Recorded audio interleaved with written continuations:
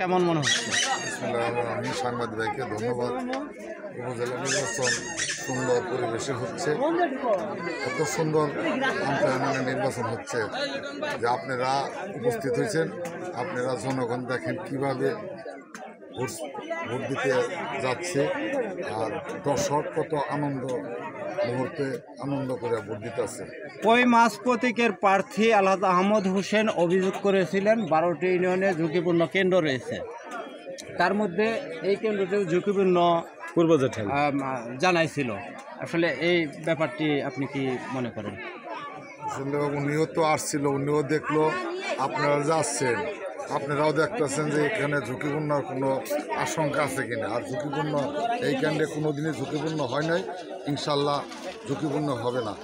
আইন শৃঙ্খলা পরিস্থিতি খুব ভালো আছে, উৎসাহভাবে ভোট দিতে আছে। ভোটার উপস্থিতি কেমন হবে বলে মনে করছেন একজন জনপ্রতিনিধি হিসেবে? মোটামুটি ইনশাল্লাহ যে ভোটার এখানে তো দেখা যায় যে ভালোই উপস্থিত, জনগণ ভোট দিতে আছে, খারাপ হবে না। গত নির্বাচনে কত পার্সেন্ট ভোট কাস্ট হয়েছিল? গত নির্বাচনে মোটামুটি 50% ভোট কাস্ট হয়েছিল সংসদ নির্বাচনে। এখানে 50% নির্বাচন ছিল।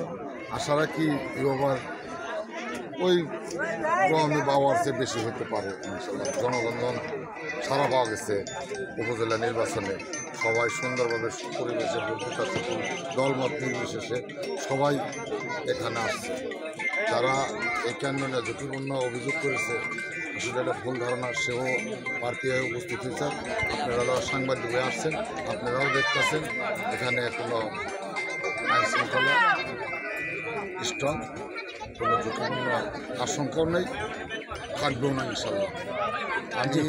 আমার বাড়ি এই কেন্দ্রে, আমিও নিজেও উপস্থিত। এই কেন্দ্রে কোনো কিছু হবে না। জি, ধন্যবাদ আপনাকে।